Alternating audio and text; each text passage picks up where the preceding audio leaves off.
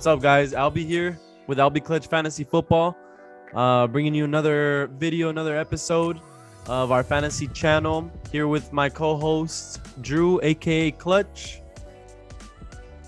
Yo, what is up, ladies and gents? Clutch here, back with another video. Yes, so excited to be here with y'all today for another episode of Albie Clutch Fantasy Football. Yeah, and today we're gonna be going over our fantasy rankings. We're gonna go over our running backs, a very valuable position, a very fun position to have as well. The position is valuable in the way that the running back,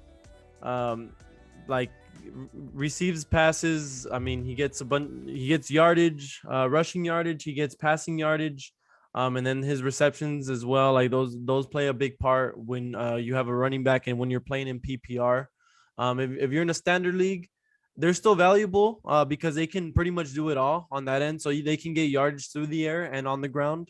So that's something to just take into consideration. It's something that you should know when you're playing fantasy football. And I mean, I know Clutch has had an experience with this as well. So what do you think about the running back position? Running backs are definitely the most valuable position in fantasy football, regardless of the league that you're playing. In my opinion, I feel like they just can produce so much great value with their productivity that they have on the field. Albie mentioned it, catching passes, running the ball. You see, it's a different position, but you see wide receivers being used as sometimes quarterbacks. So we do see sometimes, in rare cases, running backs throwing the ball too. You never know. They're running different types of routes and motions out of the backfield. So they are definitely heavily involved, and they should be in your team also. And right now, the popular running backs are those pass catchers, like a Javonte Williams or Chase Edmonds. I mean, maybe not the best example in Chase Edmonds, but he is a pass catcher. He's usually he'd be considered a third down back. Where in third down, if you do need some yardage, usually it's a pass play. Right. When you bring up a stat like that, it kind of reminds me of DeAndre Swift last season. There was at one point where he was RB2, and it was early in the season, maybe week 1 through probably 6, and he was averaging maybe over 4 yards per carry, and he was catching a lot of passes. So that's definitely a prime example of what we're trying to showcase here. Yeah. We're just gonna kind of talk a little bit more about running back strategy. So when you're going into a draft, what do you usually consider? Maybe, for example, like last year, I mean, it was a running back like heavy start. I mean, usually is. And like right there, you can kind of see the value of the running back. Now, like when you're going into a draft, what do you usually prepare for? And especially when you're trying to like either pick your position or you just get a random position in the draft. What do you look for? If I can, I definitely want to take care of 2 running backs within my first 3 picks, for sure. If I can, I definitely want to make sure that they're those top tier guys, those maybe you can get 2 top 7, top 8 guys with your first 3 picks. That's ideal. That's perfect. So you usually just try to go for those 2 running backs right away as soon as you can.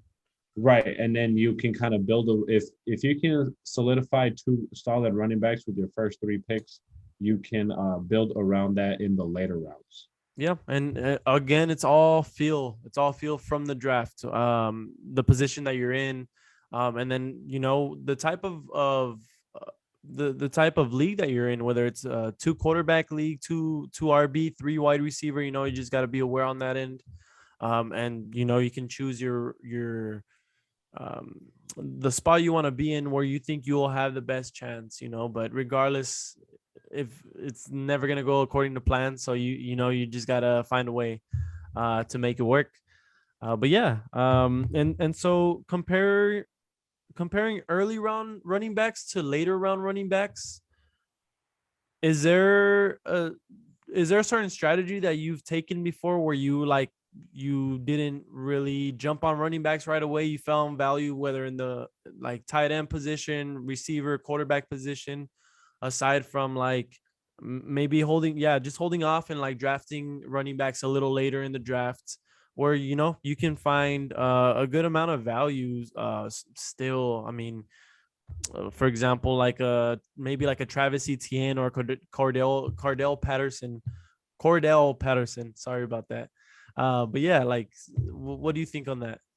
Speaking of what you're literally talking about, I experienced that with the last mock draft that I did. I wasn't trying to go no RB strategy, but I guess it kind of turned into that. I think my first pick was Jamar Chase. I think I drafted in the seventh spot. So I got Jamar Chase, and then on the turnaround for my second pick, I got Travis Kelce, and then my third pick was Patrick Mahomes. So it's like I felt that because of the running backs that were already taken at that time, I felt a great value pick would be Jamar Chase right there, who I know is going to consistently probably give me anywhere from 15, 16, 17, 18 points possibly to, whatever his ceiling is, possibly in the mid 30s, and then just to be able to lock up my tight end position and my QB1 with such a uh, we all know who Patrick Mahomes and Travis Kelce is. So I just felt like it was just a much more valuable three picks for me. And yes, I did lose out on those running backs though. I mean, yeah, you do lose some value there. I mean, if you are trying to stack up running backs at the very end, I mean, there's a possibility that if you draft six of them, two of them can be, solid at the end of the season due to injuries or Right, things like that, trades. but what I don't want people to confuse those types of players with as running backs that can carry your RB1 position. Notice how I don't say carry your team because it's a team thing. You got to have a balanced overall player who's going to put up consistent numbers in each position. But And it's it is a long season, so you do have time to kind of like evaluate that. I mean, you don't want to wait too long, but you still do have some time, a couple weeks to be able to do that. And that's those are later rounds compared to earlier rounds. For example, where I get Austin Eckler, Javonte Williams, and Leonard Fournette for my first three picks. Where I'm just already stacked at the running back position, don't really have to worry about that. Hopefully there's nothing crazy happens during the season. But for the most part, like usually running backs, it is a tough position to have. So it's always good to have backups. And you do, I mean, I would consider, usually I try to draft a good amount of running backs, so I can always have plan C, plan B, plan D, plan E, so and far and so you're forth. really good at that. You're really good at that. And those players that I did mention earlier, or that you did, in those later rounds, are definitely players that can add depth and can support your RB1 and your RB2, which who should be anywhere of those top tier guys if you can get them. All right, so we're gonna go ahead and go over our top 30 running backs. We're gonna start from the 30th position all the way to the first, to the best running back who we think is gonna have the best season this year, and someone that running back that you will want on your team. Yeah, we're just gonna go ahead and start at 30. So at 30, I'm gonna go ahead and start this one. At 30, I do have Ronald Jones. And Ronald Jones, right now, he just got traded to the Kansas City Chiefs. So he is going to be, I believe, the backup to CEH. But I mean, we all kind of know that story of CEH where he's like a pass catching back. He is a little bit smaller. His frame's a little, and I think, I mean, he has had some injury trouble as well. But for the most part, I think Ronald Jones has a good chance to be able to make a difference. And, that's why I have him at 30. Who do you have at 30, Clutch? Number 30, I have Brees Hall. He is a rookie, but I really like the way his style of running was in college. Kind of reminds me of a Nick Chubb, short, stocky, but very powerful, and he has that breakaway speed to go the distance. He is with the Jets, though. I know it's tough, but if somehow they can let his talent shine, he is gonna be somewhat fantasy relevant. I can see probably not this year, but you never know. All right, Brees Hall, and that's going to be an exciting one. We'll see what the New York Jets can cook up there. Now at 29, I do have Damian Harris, and I think this ranking is a little bit. Yeah, I believe this ranking is a little too low for Damian Harris, but we're gonna kind of leave him there because there's been times where, um, you pick him up a little bit earlier. He's usually on the waiver wire, where you're able to pick him up, like during the end of the season. He's at one of those running backs there. Maybe not great at first, but at the end, they can cook something up at the end of the season. Who do you have at 29, Clutch? I have Melvin Gordon as my number 29 running back. Melvin Gordon's still one of those, I think, probably going maybe on the fourth year now. He's a great, uh, more like a depth player. He can definitely add around your running back spot and can definitely, he still gets the ball, still gets somewhat kind of carries. I think it's about half in that off offense. Now that Javonte Williams is supposedly going to be getting the ball more, we'll see how that changes and how much it affects him. But going forward, 29, Melvin Gordon, just because he's been consistent in that way. And don't worry, I'll continue that talk because at 28, I do have Melvin Gordon as well. They re-signed him. Him and Javonte Williams, they're gonna share time in the beginning of the season, and it really depends if Melvin Gordon starts off great and Javonte Williams doesn't do much. I can see Melvin Gordon starting for a good amount of weeks there if he stays healthy. But that can be a really good pickup later in drafts because I know Javonte Williams is the popular option there. 28, I have Kareem Hunt, kind of like a Melvin Gordon type role. He is second on that chart on that team. But he does touch the ball. That team does know how to use him well. Nick Chubb did miss some time last season, so if they need to lean on Kareem Hunt, he is there and he will become the RB1 for that team. And we all know what he does when the primary role is in his hands. And it's nice, man. Another great depth player. If you can get him late in the rounds, I think those last two players that I mentioned definitely have some great value there. Yeah, and that I mean, I'm gonna go ahead and follow you with that one with 27 as well, where I do have Kareem Hunt at 27. You pretty much summed it up for me. Where yeah, he's gonna be behind Nick Chubb, but Nick Chubb usually misses time, whether it's one game or whether it's seven of them. Kareem Hunt is a great fill, and even though Nick Chubb isn't hurt, like they're still using him in the backfield, third down back there. So Right, right. still So right, value, and so like this, if you're waiting later rounds, maybe not two like round seven, but like around maybe round 4 or 5, you might be able to still find this value there. right. Great point that Nick Chubb doesn't have to be hurt for Kareem Hunt to be fantasy relevant. That's a great point. Yeah, and they proved it the past couple years that they've been together. So, yeah, really good duel there. Who do you have at 27? You mean? Oh yeah, no. 27. I have Tony Pollard. Man, I really feel like this is exciting kind of player this off season, especially with the whole Zeke talk. And it has kind of showed in Zeke dropping in basically everybody's rankings. So if Tony Pollard can touch the ball more, man, I think he's a very electrifying and kind of juicy player. As in kind of brings that juice to your team, man. That pop when we need it.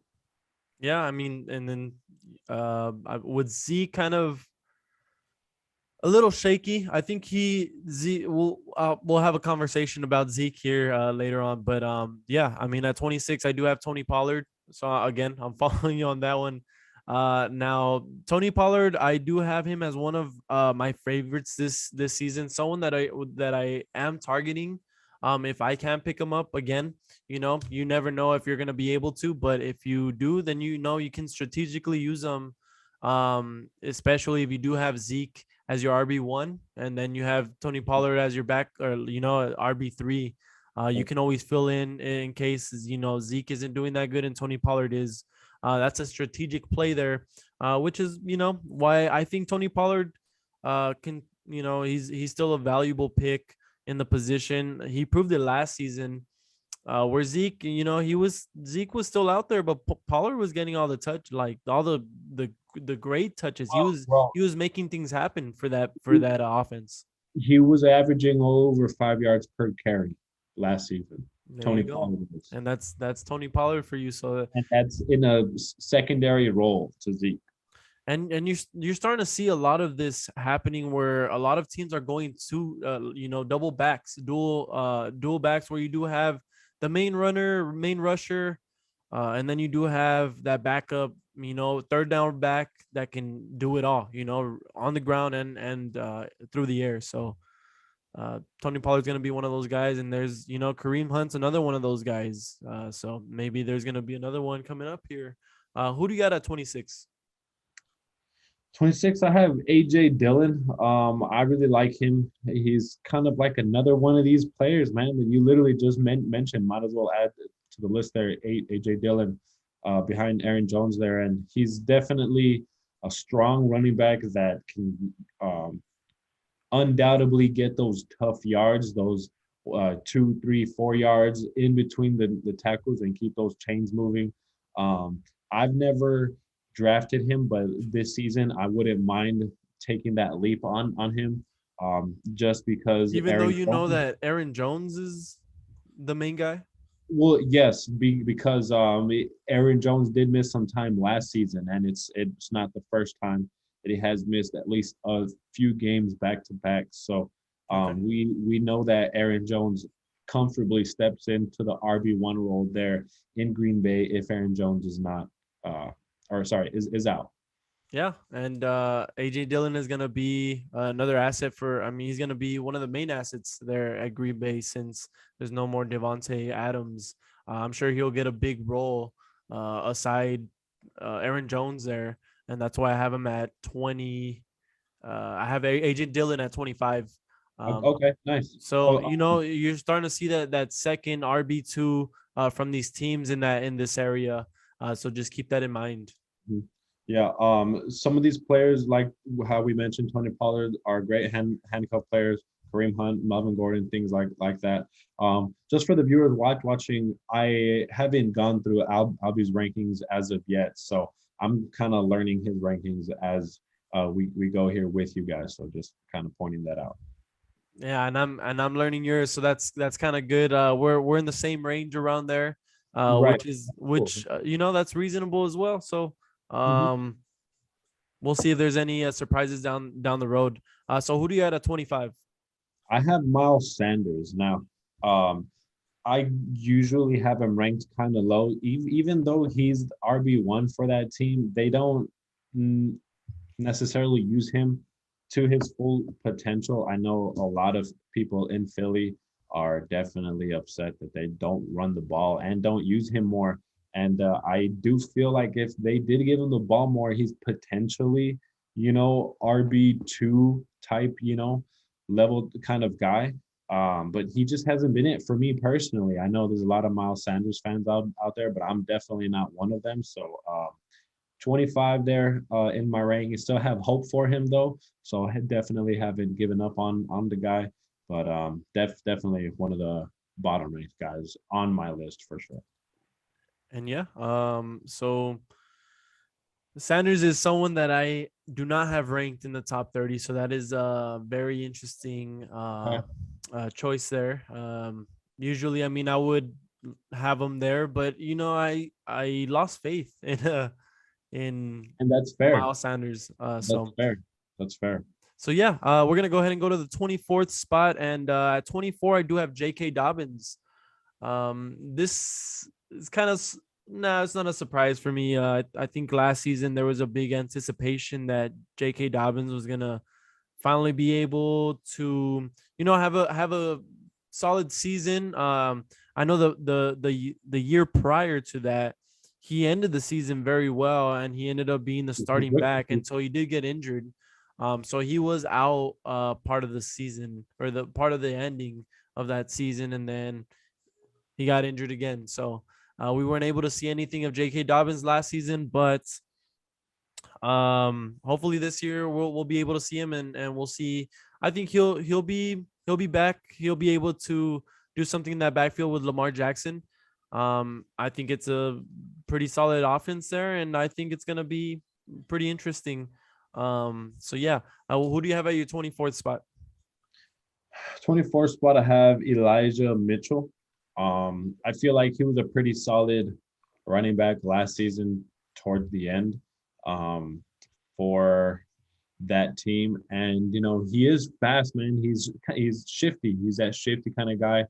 He is that guy that is gonna bring juice to that offense. So I definitely like where he's at. Elijah Mitchell.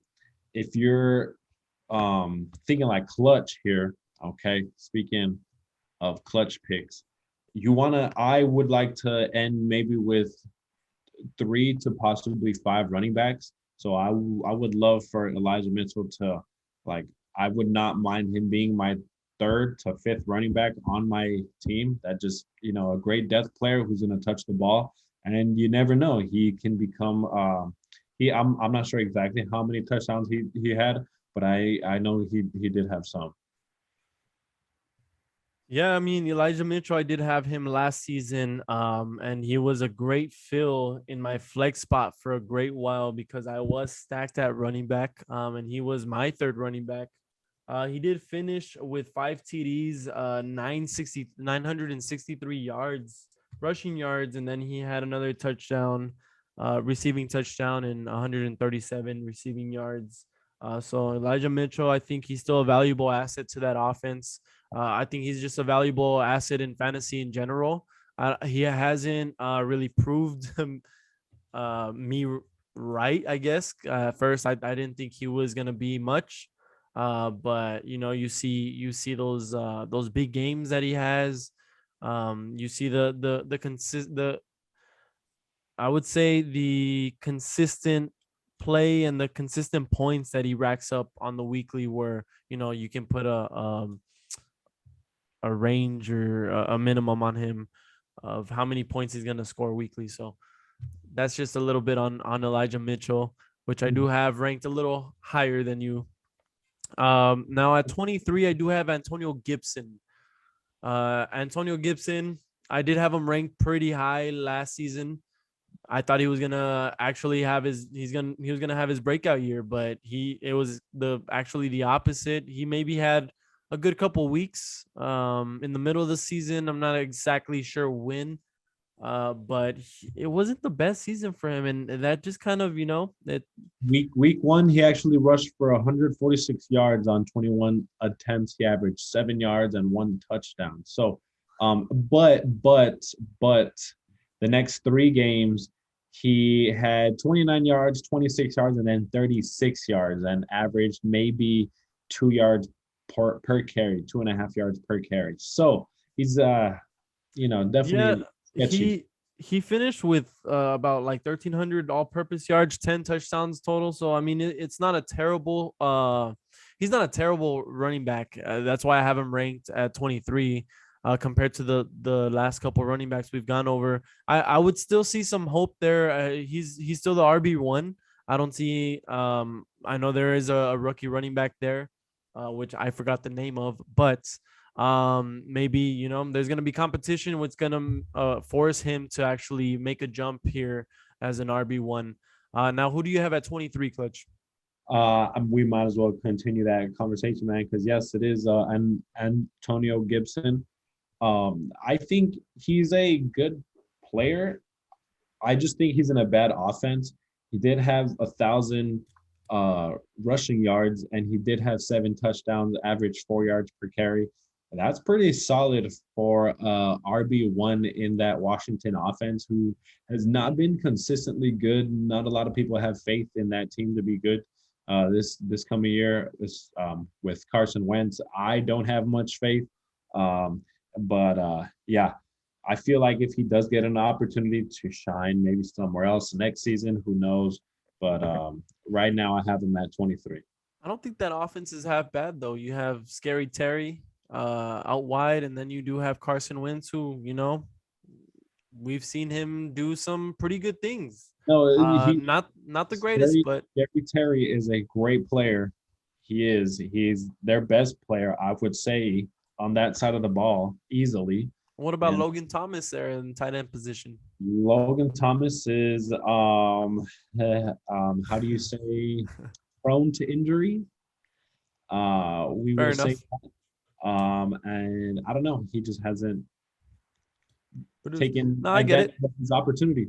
I get it. That's all it Still is. not a bad offense though. We'll see what happens this year with Carson Wentz. But yeah, going on to number 22, we're gonna go. I have Josh Jacobs. Okay, nice. Okay. Josh Jacobs at 22. He's. I've always thought he was gonna be a better running back than he's been, We, and we, he's been I slightly agree. disappointing. And this is kind of the area where those RB1s that are still RB1s, they're still starting for their teams. They're just not great fantasy players. I mean, they're good enough to, maybe have them as RB2s, but this is kind of a rough RB1 area right now. And Josh Jacobs, and I'm not super confident. I think I would definitely probably draft him over Antonio Gibson, and J.K. Dobbins. So like I can, that's why I have him at 22. Now, I do have Elijah Mitchell at 21. I'll go ahead and talk about that here in a little bit. But Josh Jacobs at 22. It's sure, why not? Um, I have 22. I have Travis Etienne. Okay. So I Okay. definitely like all the hype around him. I know he is going to get the bulk of the work this season. I know that James Robinson is still in that offense and who still sees touches in that offense. So he's going into his third year. He knows the offense. He's been in that offense in real game times. He had a great first season. But we'll see how Travis Etienne kind of pops off. If he can come back from his, I think it was a ACL or an MCL. I think he hurt his knee. He did hurt his Uh, knee. was a knee But injury. this is his second season. No, but I was talking about James Robinson going into. Gotcha. Yeah, but no, Travis Etienne going into his second season. Hasn't seen gain speed yet in a regular season. So definitely would love to see that he does do well in that offense because I would be an exciting thing to have that offense get kind of rolling there in Jacksonville. Um, and yeah, I have him 22, and I feel like if he takes advantage of his chances, he can definitely be fantasy relevant for sure. Yeah. And Travis Etienne, another good running back there. I do think he's a little bit more valuable, so you will hear about him here in a little bit. But yeah, 21. Moving to 21, I do have Travis Etienne. I'm sorry, I have Elijah Mitchell at 21. Um, Far and off. for the reasons I explained earlier, where he is a valuable asset to that offense, and I think he's gonna be one of those top players next to Debo. It's gonna help Debo out a lot having Elijah Mitchell out there. And I think he does get a lot of the carries in the backfield. So I think that volume really speaks, and because he's able to make things happen, he's also a pass catcher. So you'll see him go run routes and you know get a couple of receptions and maybe a touchdown receiving as well. So yeah, that's why I have him at 21. Who do you have at 21, Clutch? 21, I have Cordero Patterson. I feel like this guy definitely is a player that you can target late rounds. I've been drafting him in my mock drafts, give me all of Cordero Patterson this season in those late rounds. Touches the ball a lot, and he's that shifty guy for that offense. He can make explosive plays and definitely a playmaker. Nice. And yeah, I mean, surprising season he had last season. So we'll see what happens with Cordell Patterson. Now at 20, I do have Travis Etienne, who you just talked about. I think he's gonna come back strong. I have a good feeling. I don't know why. This is more like a gut feeling for me, where I think he's actually gonna come back, and I think he's gonna, like, he has a chip on his shoulder, and because of that, he might be able to just kind of explode. He gives me a little bit of, and I don't know if it's just because of the college that he went to, but he's giving me like Leonard Fournette vibes in a way, even though I haven't really seen a lot of them. I feel like he might be that type of runner, and pass catcher as well. So yeah, I do have Travis Etienne at 20, and I know James Robinson is there, but I think he might be able to overtake that job. So who do you have at 20, Clutch? Me, I have J.K. Dobbins. I really feel like he can really help that offense be more great in the running game. They were top 5 in rushing last season. The Ravens, with their first 2 running backs hurt before the season even started. So it can definitely help out that offense. We know the type of quarterback and runner that Lamar Jackson is. So yeah, I had great faith in him when he was first coming out, and he got hurt. So that's unfortunate. Hopefully he can come back and do some damage. All right. And it's a pretty good position to be in at the 20th spot there. Now I do have J.K. Dobbins at 24. I don't think he's as valuable as some of these other running backs, but I mean, you make some valuable points there. Now at 19, I do have Cordell Patterson, and that is a little bit lower. I'm sorry, a little bit higher than you, where you ranked him. I think he has a little bit more value in that Atlanta offense. I believe the quarterback there is Marcus Mariota. So it's going to be a change in scenery for the quarterback position since they've had Matt Ryan. So we'll see if that's going to be healthy for Cordell Patterson, who actually found himself last season and exploded, finished as one of the top running backs. I believe he finished 9th overall. Where be 9. Oh my goodness, he was very effective in the rushing game and passing game, where he finished with 11 overall touchdowns, 6 rushing, 5 receiving. So that's pretty credible for him to be there, and I think he can continue on. He's a big back. He's pretty, he has a huge frame, and he's just usable in a lot of different ways. So he's one of those gadget players.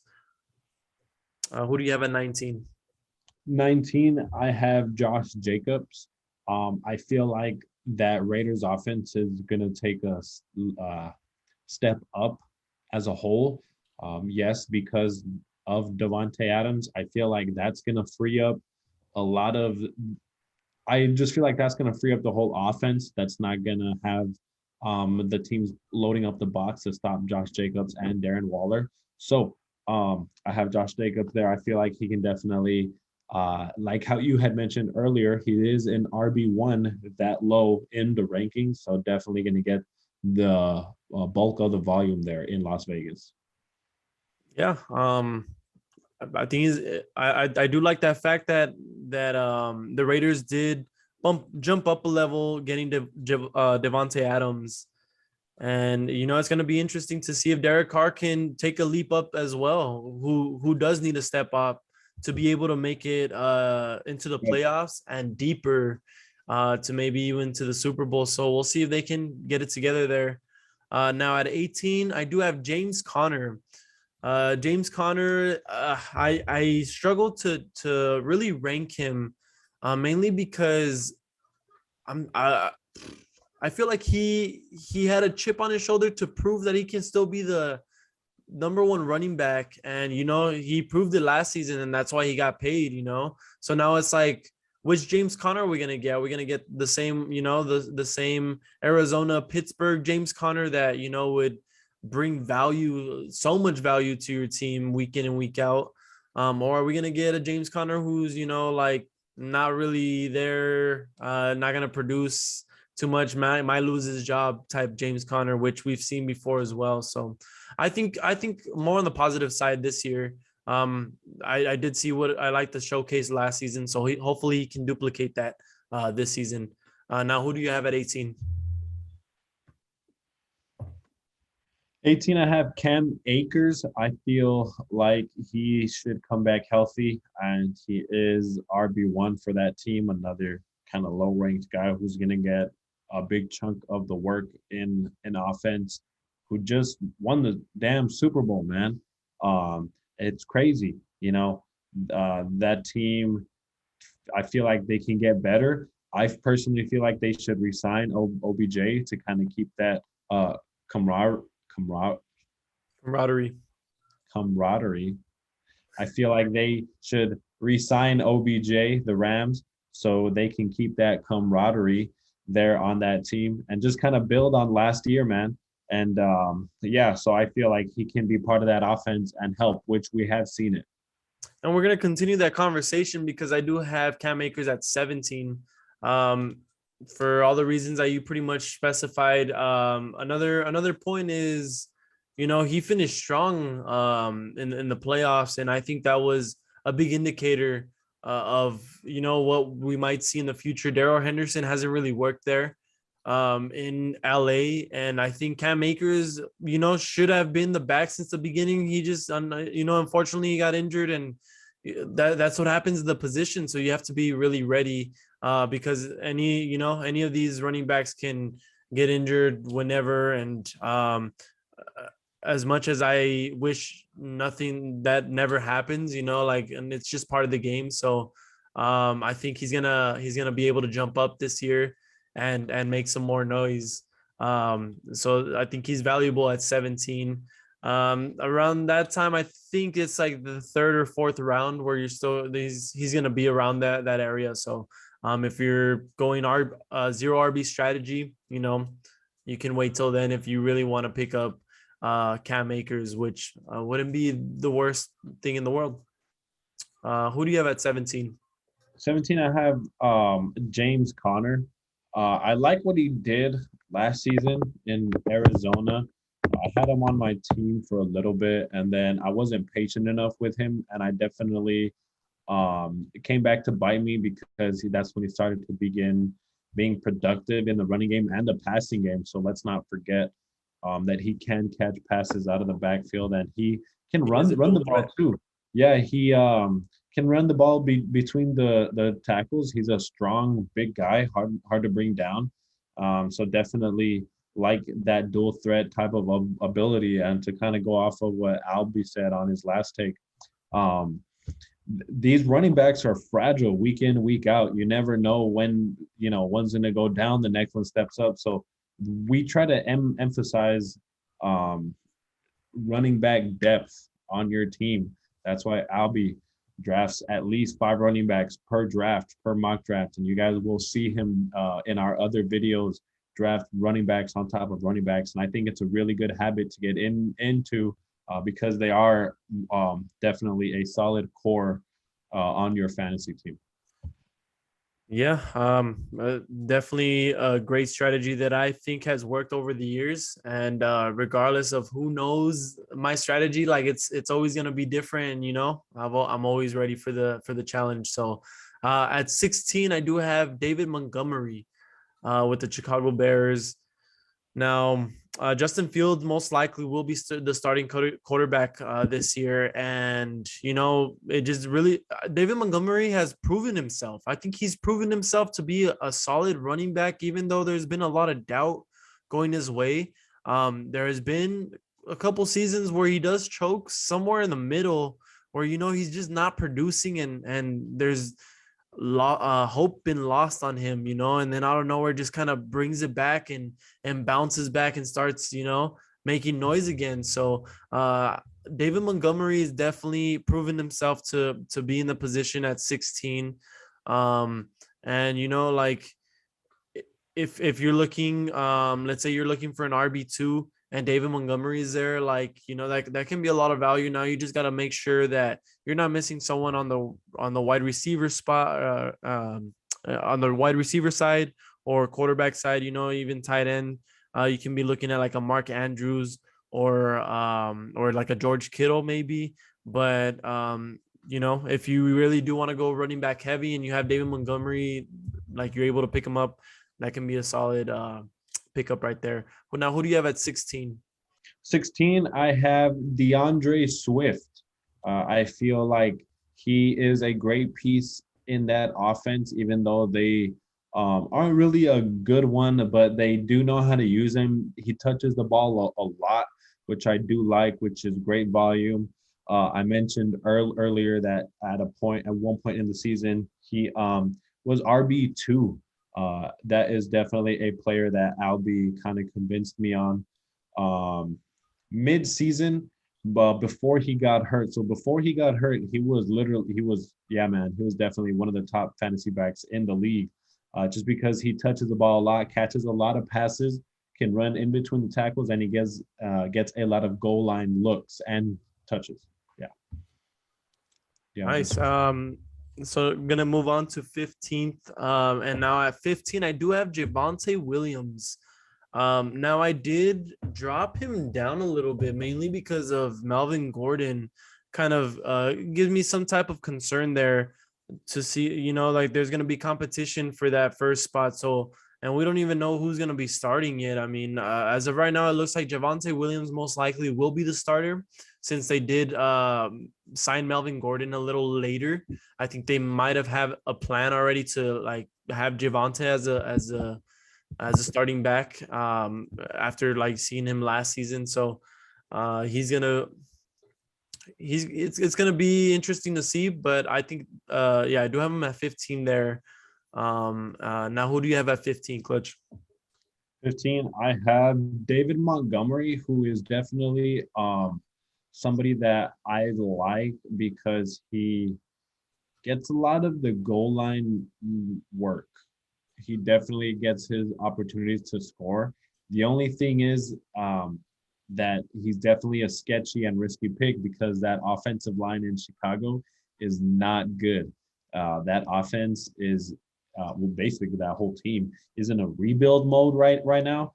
They're still trying to figure out who their franchise quarterback is, which kind of helps because they kind of lean on the running back game, the player who's been there, which is David Montgomery for that team. So great player, breaks a lot of tackles, runs hard, but the offense he's on does not help him too much.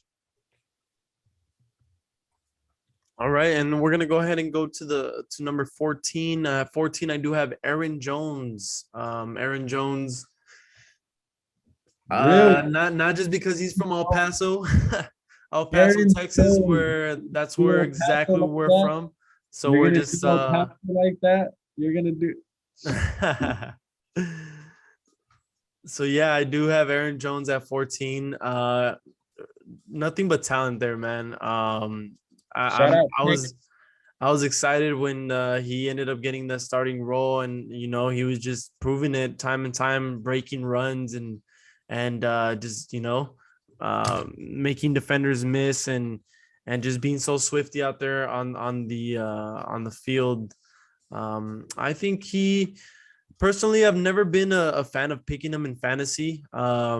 Usually there are a couple other running backs that I look for. And I just never had the chance to really go for an Aaron Jones when I had the opportunity.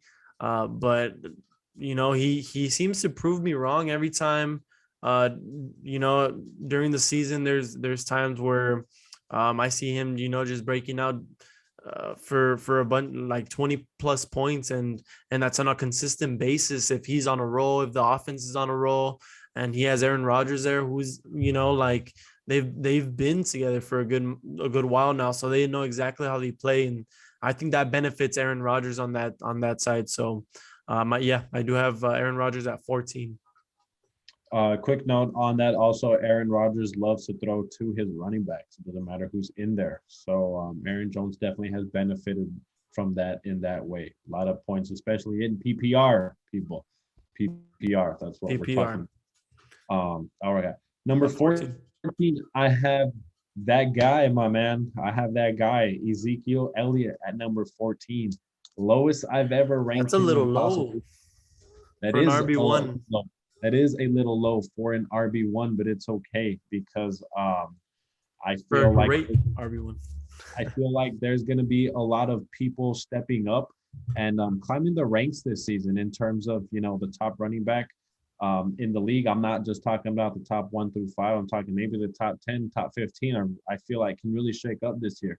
But Zeke, what can I say? Quick. Great volume, a lot of volume. That's what Zeke is. He gets a lot of volume, can get a lot of touches in that offense. And I mean that is a little low for Zeke, in my opinion. But I mean that's all completely up to you after your experiences. So I completely understand. Now at 13, I do have Saquon Barkley. Now I did put him a little lower than a lot of people or a lot of rankings have, where they had Saquon Barkley. But the main reason why is I think he's gonna be able to bounce back this season. But I don't want to have that high expectation for him. I want to, I wanted to just kind of him to prove himself in that way. And so, like he's not gonna be a top 10 player for me right now. But I think 13 is gonna be the perfect spot for Saquon. Yeah, on that end. Who do you have at 13?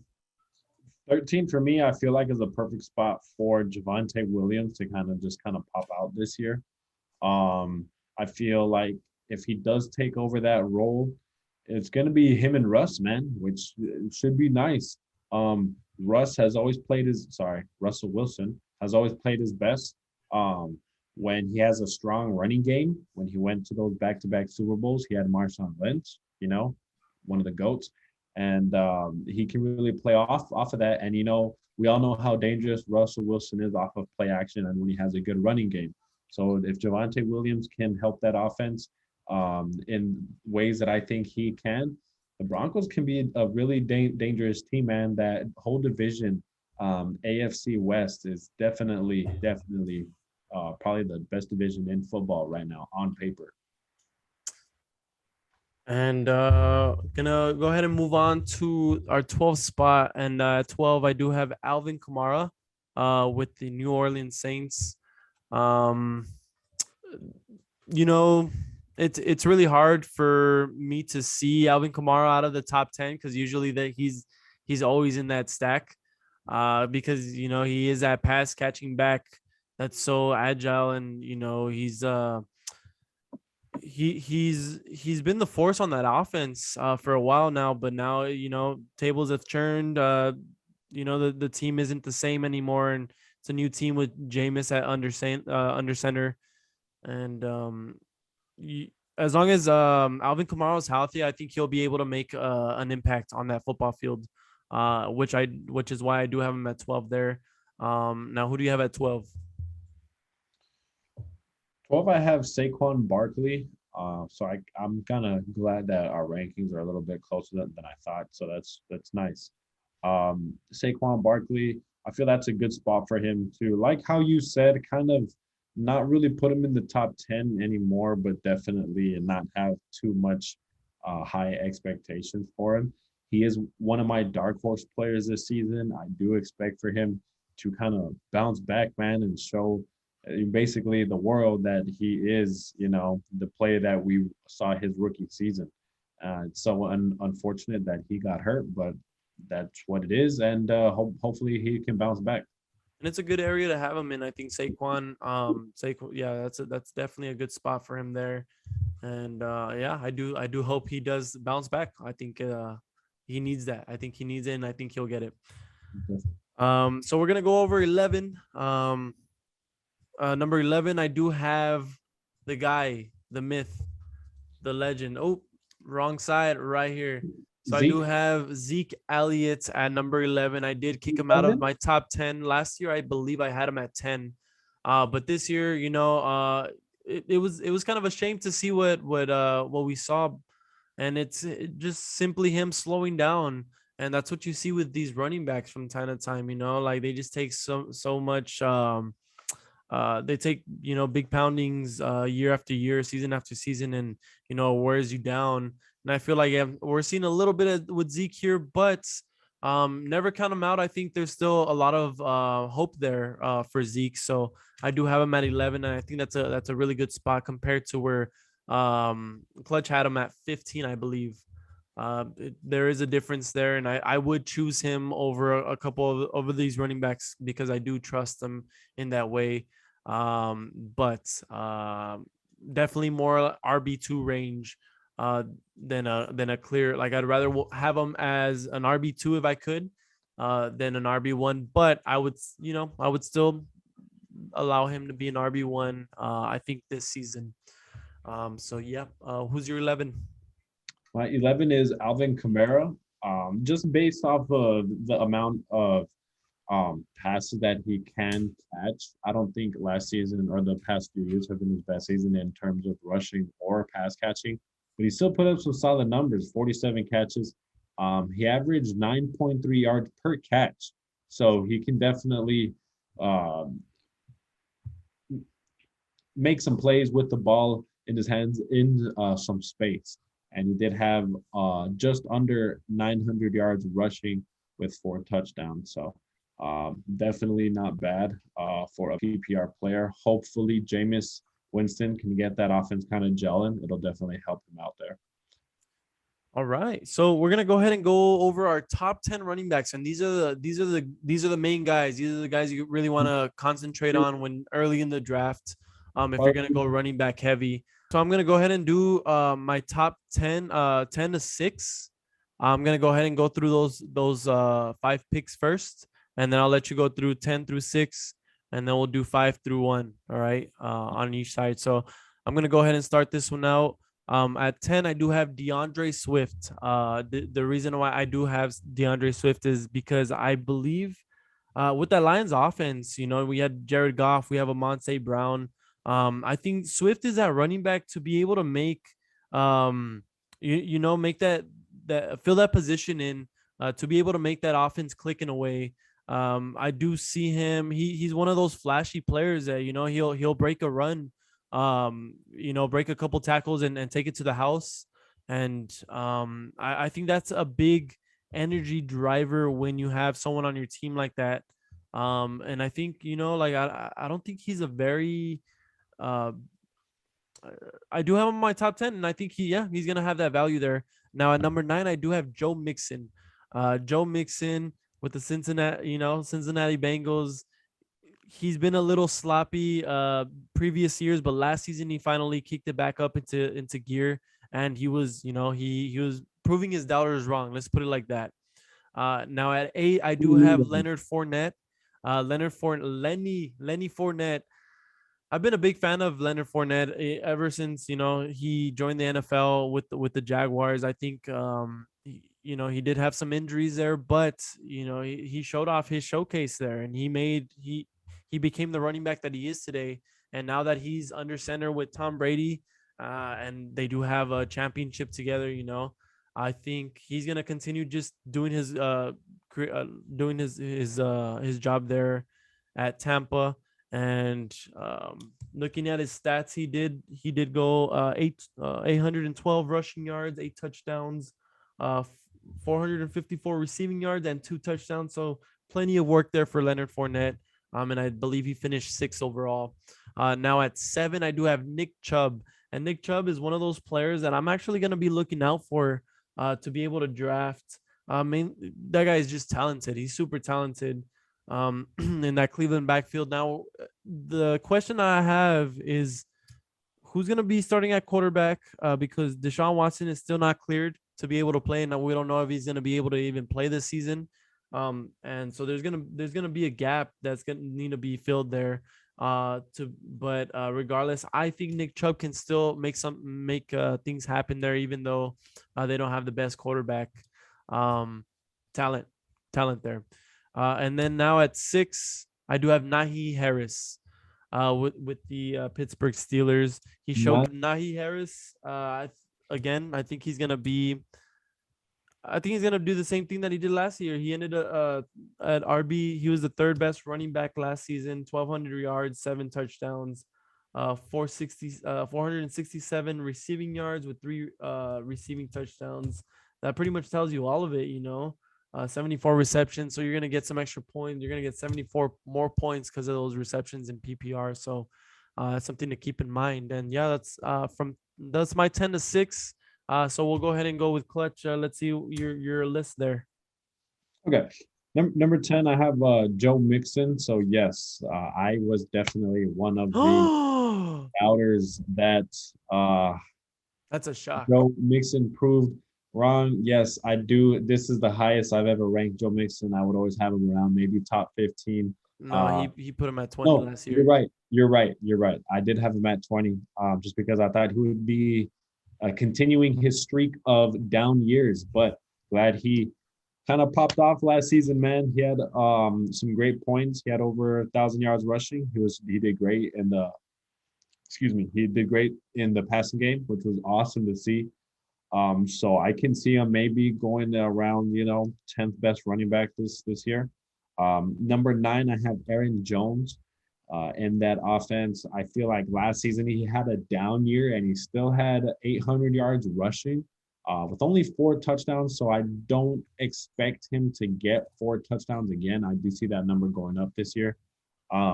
He had over 4.5 yards rushing per carry, which I think is still solid on a down year. And he also had 52 catches. So I think that's an important thing to look at when you see him there available on your draft board when you're on the clock. Nick Chubb is my number 8 running back. I feel like that offense probably isn't going to be as smooth just because we don't know what's going on with the quarterback position. But I believe the quarterback that they might be leaning towards is Jacoby Brissett, which does have experience running an NFL offense. It's maybe not the greatest. It's maybe not the most skillful or the most talented, but I know he has commanded the offense previously in his career, whether it was with the Patriots or with the Dolphins. The Colts too. Okay. So number 7, I have Najee Harris. Okay. Nahi. It's Nahi. Najee Harris. It's And Nahi. this guy was a great draft pick for the Steelers coming out of college. He showed why he was basically, in my opinion, Mr. Volume last season with a retiring Big Ben Roethlisberger last season. Couldn't really do much with the ball. They had to keep everything close, maybe 10 to 15 yards in front of them, short and intermediate passes, quick passes. They were definitely running the ball a lot, and they were throwing to him a lot. So that's definitely one of the things that you want to look at, man. And this year they have a quarterback competition in that QB room with Mitchell Trubisky and their draft pick, Kenny Pickett. So not sure exactly what's going to go on, but expect that Steelers offense to definitely look a little bit more refreshed, a little bit more juiced. And since it should be Najee's second year in that offense, I should feel like he should be doing better. Okay. So my 6th running back is Mr.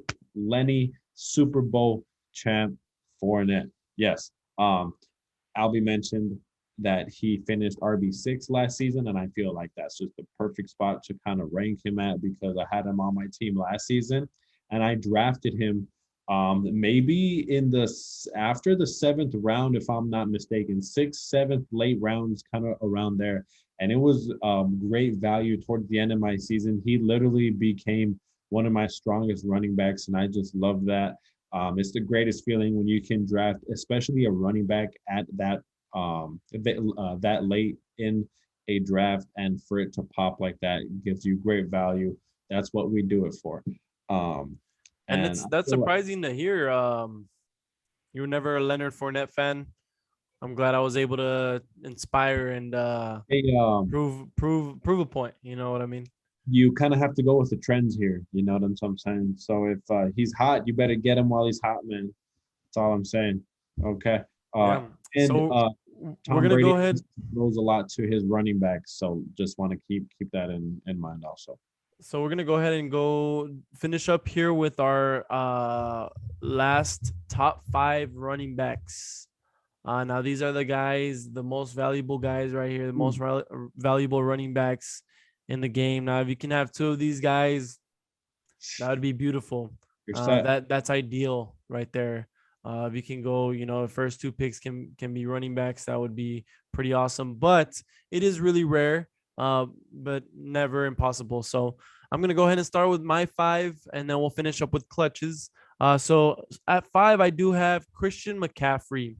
I had to kind of debate that a little bit, mainly because I was stuck with a few other running backs, but I'm gonna put him at 5 because I have seen his value before. He has been one of the top running backs in this league. Uh, Even though he's been hurt the past 2 years, it's been tough to see. You want to see him out there. You want to see him actually playing and compete, and actually score points. He's one of those guys that can score 30 on the daily. So that's something that we hope to see this season, and that's why I think I have him at 5. He can always be number 1, but right now he doesn't have my trust enough. I'll leave him at 5. Now at 4, I do have Dalvin Cook. Last season I was at number 1 with Dalvin Cook, mainly because I've everyone knows what Dalvin Cook brings to the table, and he's been doing it for a very long time, and I think he's going to continue doing it at that high level. You do have a very powerful offense in Minnesota with Kirk Cousins, Justin Jefferson, Adam Thielen. It's going to be a powerhouse there, and if they're able to get on the right foot, and they even have Alexander Madison, who's a great fill for if Dalvin Cook needs a breather, or if he's injured, which has happened to Dalvin Cook. But yeah, I think Dalvin Cook is great value there at number 4. Now at number 3, I do have Derrick Henry. Derrick Henry, the guy, the myth, the legend. He's proven to be one of the most unstoppable backs ever, and so like that is so eye Chill, opening. I think that was Phil Jackson. I think that was super eye opening. Like seeing him, how he works, and how he really tries to um be extraordinary out there with his extraordinary size. So I think Derrick Henry, if he can be the best player on your team for sure, and I think he's at a great spot at number 3.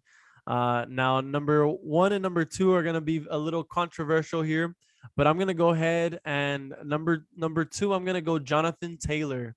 I'm gonna go a little bit different from what a lot of people are going with, mainly because I believe this one running back is gonna shine. He's gonna shine again. I think with the offense that he has. So Jonathan Taylor at number 2. He's they just lost their quarterback in Carson Wentz, where I think that was kind of a mistake. I think Carson Wentz is still a solid quarterback, but nonetheless, I think Jonathan Taylor's still gonna be able to do him with whichever running quarterback is under center there. He creates that offense, and he's able to create lanes for the passing game. And so that's gonna be important there, and he's at the running back that he is for a reason. And yeah, I have him at number 2. Number 1 is gonna be Austin Eckler. Austin Eckler at number 1. Again, it might be controversial, but I think this is for a good reason. And I think people out there who are listening, take advantage of this, because I think this might be an opportunity for you where you can actually do a little bit better with your draft pick if you do pick him number 1 overall. I think he's going to be that running back again. He is a pass catcher, but he can do it on the ground as well. And he just scored too many touchdowns for you not to notice.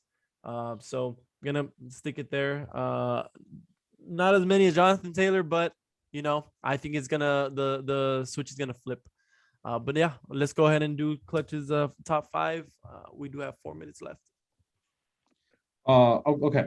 My top five. Number five. I basically have them flipped. You're 5 and 4. I have Dalvin Cook. We all know what Dalvin Cook is. He's the bread and butter for that offense. When he's healthy, that offense is rolling.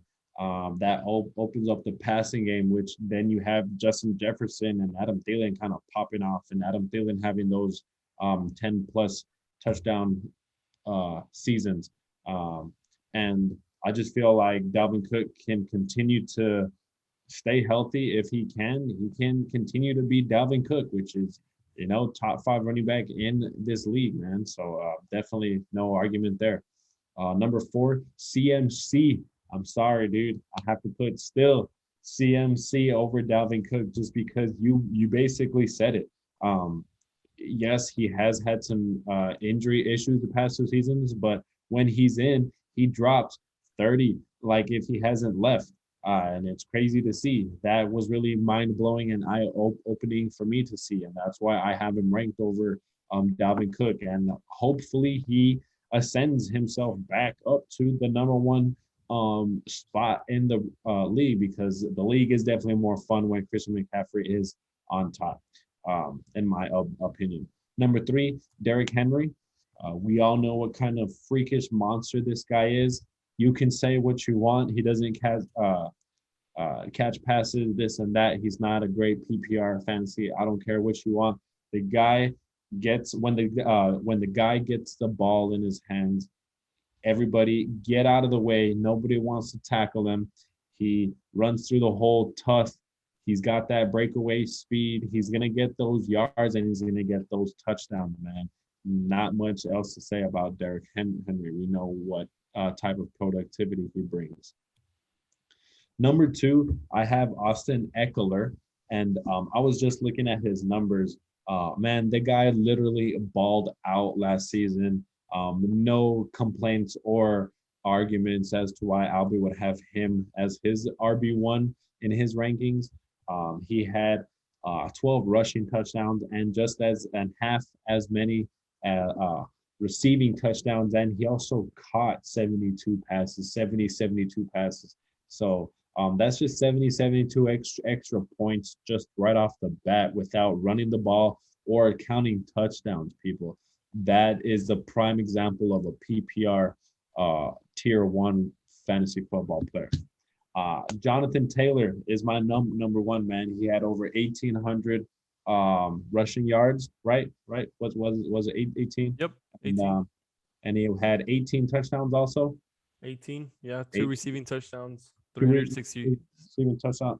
The guy completely balled out. The only running back last year to have MVP votes. So that just speaks volumes to what the guy can bring to the table for that offense. And he did his job in that offense, in my opinion.